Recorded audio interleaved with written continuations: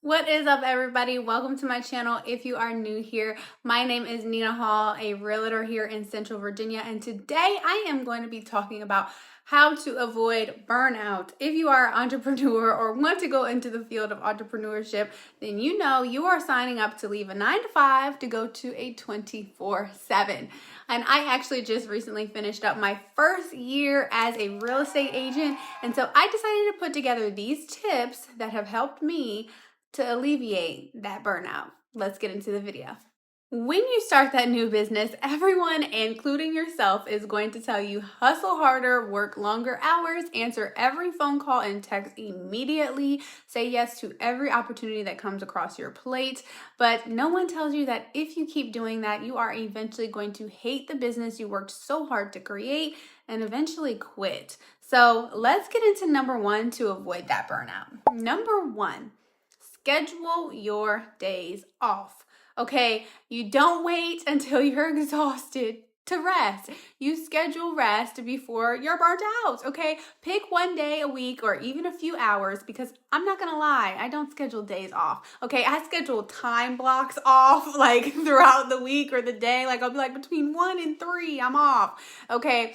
But the reality is when you work a regular job, you have days off, you have time to reset, to go back at home, do what's important to you, do things that you care about. And entrepreneurship, you can get into this huge cycle, right, of a hamster wheel, and you're working late nights, you're working early mornings, and the days start blending together. You don't know if it's Monday, you don't know if it's Saturday, you don't know if it's Sunday, and there's no room in that schedule for you, for your family, for your faith. There's just no room for anything. And it becomes so overwhelming that no matter the amount of sleep you get, you're burnt out because you are running your mental clock 24/7. So, although I'm not even fully there yet, I recommend that you schedule full days off, just as if you worked at another job. You would quit that job if they said, "Oh yeah, Nina, you want this interview? Sure, sure, sure. Everything's great. We're gonna need you to come in Monday to Sunday, 8 a.m. to midnight." You're gonna be like, "I don't care how much you paying me. I'm not coming to do that. I have a life," right? So give yourself that same grace. You have a life, and that life is valuable. Time is not replaceable. Time is irreplaceable, okay? So schedule days off, or if you're really that busy, at least give yourself time blocks off. Number two, set boundaries. Okay, the boundaries help you attract the clients you truly want. Okay, you teach people how to treat you. For me, that means setting communication hours, right? Having times that I don't show homes. For example, a non negotiable for me, and all my clients know this before they sign a buyer agreement to work with me, is I do not show homes on Sunday between the hours of 8 a.m. and 1 p.m. Why? Because I attend church, and that is non-negotiable for me and my family. I will show you a home on Sunday after 1 p.m. So please set these boundaries of times you're not answering calls, right?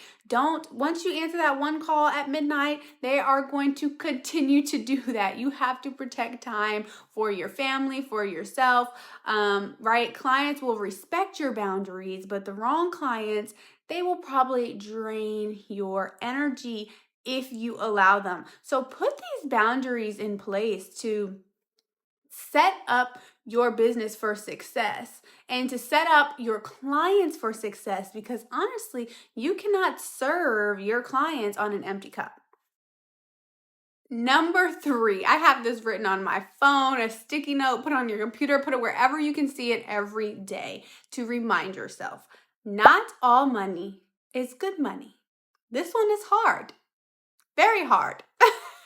Okay, but some opportunities will drain your energy, disrespect your time, ignore your expertise, create more stress than profit. Sometimes saying no to the wrong opportunities creates space for the right ones. Okay, revenue is important, but peace is that much more valuable. And when you take on a certain type of client or a certain opportunity, you know may not be in your best interest, or you may not represent them the best, you have to be honest with your clients and decline that. If you feel some of the boundaries you put in place is something that is going to hinder or something that your client is going to have a problem with down the road, let it go. I have told people, hey, I don't think I'll be the best, agent to represent you at times when it's really true. And honestly, you are doing your clients a disservice if you don't tell them the truth. You don't want to sell a product to just anybody and then they return it because they hate it, whatever business you're in. You don't want to, if you're a nail tech or if you're an eyelash tech, like do these cosmetology procedures on people and then they have certain jobs where they can't use it and they're going to come gripe with you and want a refund. Set up the expectations in advance and don't take every opportunity. If you don't take anything away from this video, take this one. The biggest lesson I have had in real estate is number 4, use leverage. Please use leverage in your business. For me, I always ask, how much is that going to cost me? I'm new, I'm broke, I got so many fees, I got so many dues. Now I have changed my mind to think, how much time will this give me back? Hire help, automate tasks, outsource things that aren't in your particular strength. Okay, the goal is not for you to do every single thing. The goal is for you to spend more time doing what you actually do and continue to add the value that you add to your clients. I was over here doing back end work, doing contracting, doing all the filing, being there for the photographies, like for everything, sitting there for the staging. I was going to every little thing that I didn't necessarily need to be at. Okay, I hired a transaction coordinator who took all of that off my plate and in return actually allowed me to take on more clients. So I was so nervous about losing money, but I didn't realize with hiring her, I would gain money by being able to sustain more clients. And honestly, I've noticed the shift in my business because things have become more seamless, okay? Things have become more efficient for my clients where they can see things. They have a timeline where everything is organized. And that is the experience you want your clients to have, or whatever your audience is in the business you run. And so that is really, if you don't take anything away, take away using leverage in your business. It is so, so important. And it doesn't mean you need, 30 different people. It could just mean take 1 or 2 people that help you streamline your business to the best of its ability. Now, I am almost 100% sure this will help a lot of people with burnout, is if they have more money, okay? Because they wouldn't be so worried and have anxiety keeping them up at 4 a.m. doing work endlessly and just not even paying attention to their family because they are so worried about paying their rent, paying their mortgage, paying for the next grocery bill, okay? One thing that we have in common as entrepreneurs is we do miss a little bit, okay? Us newer ones, we miss that consistent paycheck. It's just a flow, okay? Every 2 weeks, cha-ching, cha-ching, something's coming in my bank account. Every month, whether you're getting paid monthly or, weekly or bi-weekly, you were getting an income consistently. When you get into entrepreneurship, especially a new entrepreneur, that's gone, okay? You eat what you kill. And if you don't kill anything, you don't eat anything. And so there can be months you go without a paycheck. You may only get paid once a month or once every 2 months. It all is dependent on what you sell, on your products, on the amount of clients you take on the amount of services that you were able to offer. Okay, it completely depends, and that constrains us and it builds to that burnout.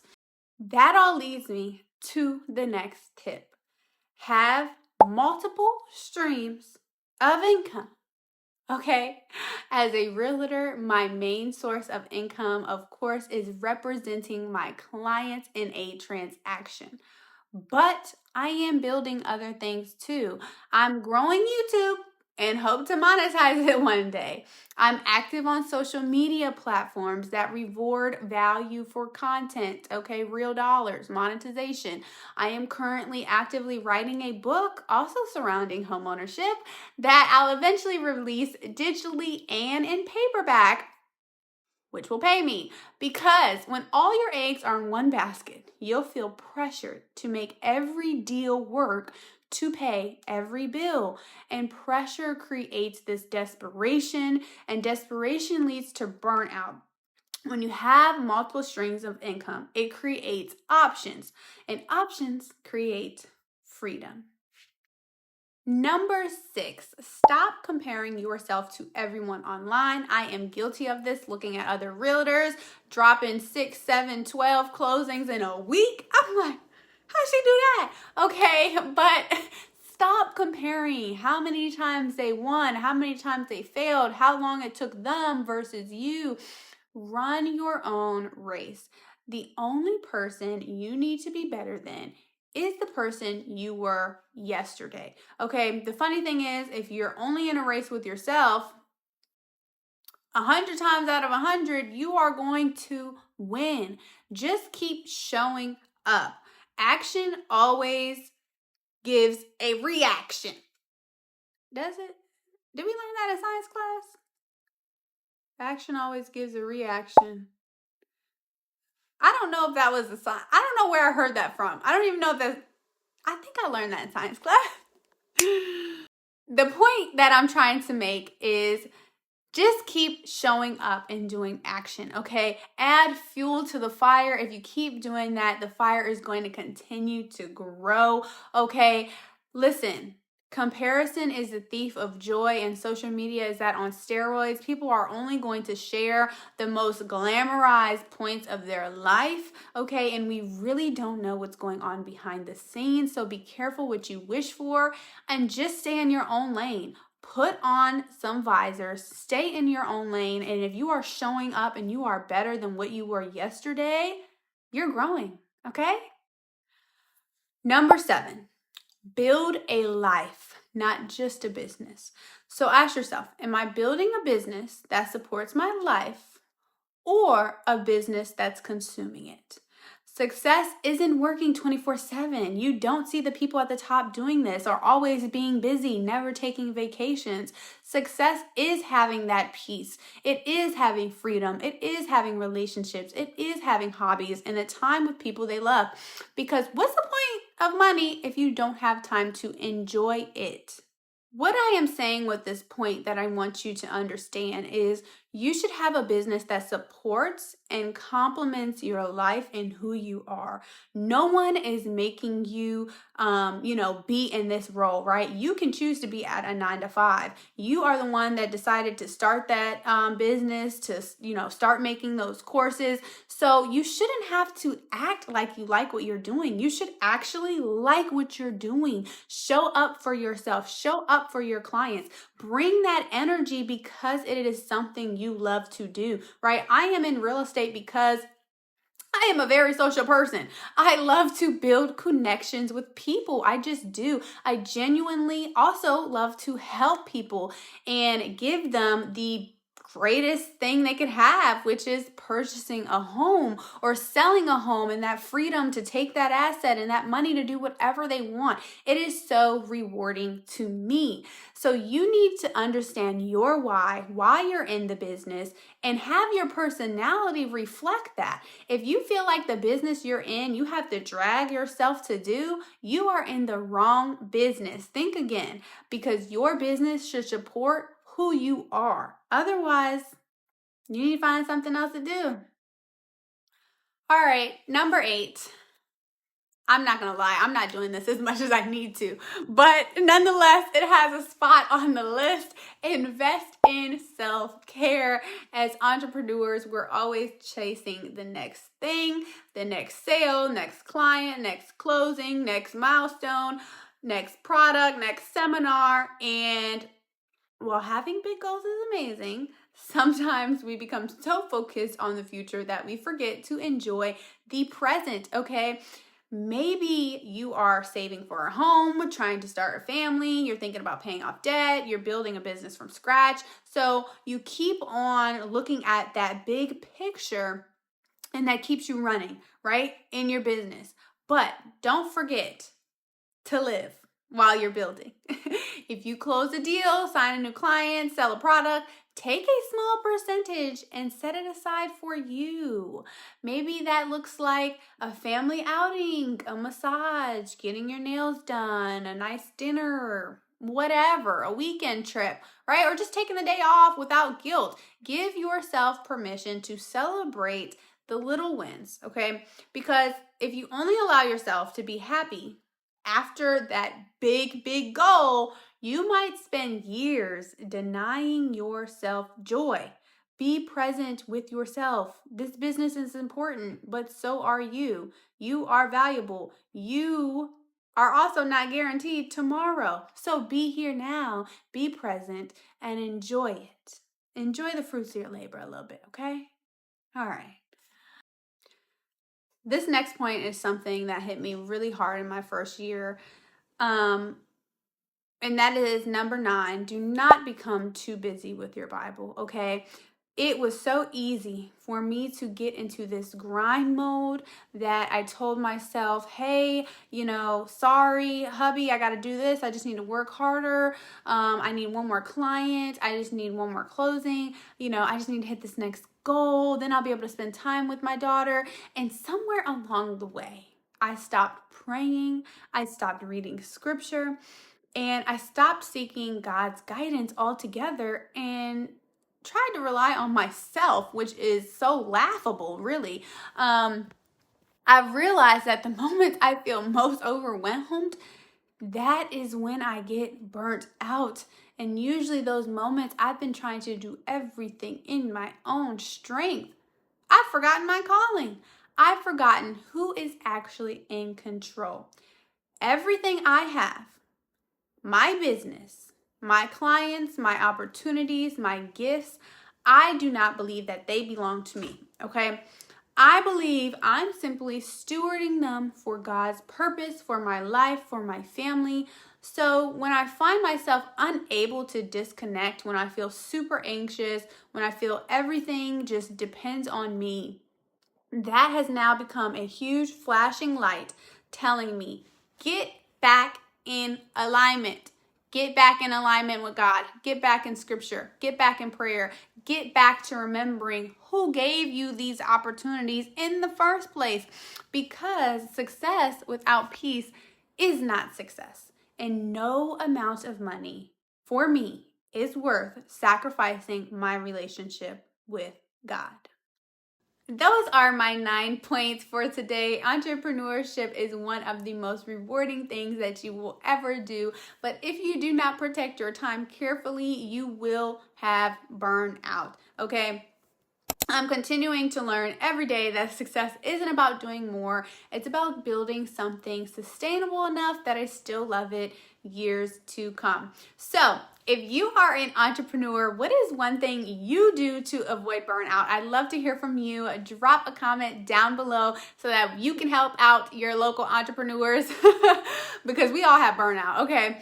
And if you like this video and some of my points helped you, don't forget to like, comment, and subscribe. My name is Nina Hall, and if you're looking to buy, sell, or invest in the Central Virginia area, I'd love to help you. You can use my link down below in my bio. Until next time, I'll see you in the next video.